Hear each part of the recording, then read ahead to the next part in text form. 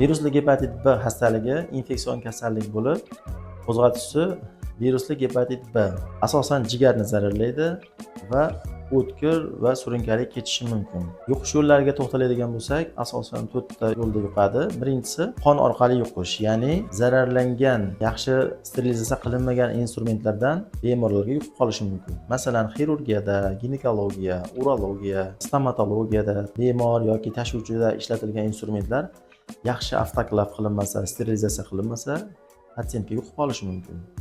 Ikkinchi usulda jinsiy yo'ldan, masalan, zararlangan patsient bilan himoyasiz jinsiy aloqa qilganda yuqish ehtimoli bor. Uchinchi yo'li onadan bolaga. Bu ham juda ham kam uchraydi, lekin virusli gepatit bo'lsa, B'si bolada ham shu holat kuzatilgan. To'rtinchisi bitoviy kontakt deymiz, ya'ni shaxsiy buyumlardan yuqish ehtimoli bor. Gepatit B xastalik bilan bemor yoki tashuvchi bo'lsa, ular sartaroshxonaga kirganda, ularga ishlatilgan britvalardan, ustaralardan boshqa sog'lom odamga ishlatilganda qon chiqsa, o'sha holatlarda yuqib qolish ehtimoli bor. Tish cho'tkadan foydalanganda tishlari qonasa va u suv bilan yuvgan bilan ketmaydi, ya'ni hech qanaqangi sterilizatsiya, avtoklav qilinmaydi. Bunda uydagilarda yana kimdir shundan foydalanganda miliklari qonasa, yuqish ehtimollari bor. Shaxsiy gigiyena vositalarini ham o'sha har kim o'zinikini ishlatish kerak, ehtiyot bo'lish kerak. Lekin bu aniq shundan yuqadi deya olmaymiz, lekin yuqish ehtimollari bor, ehtiyot bo'lish kerak.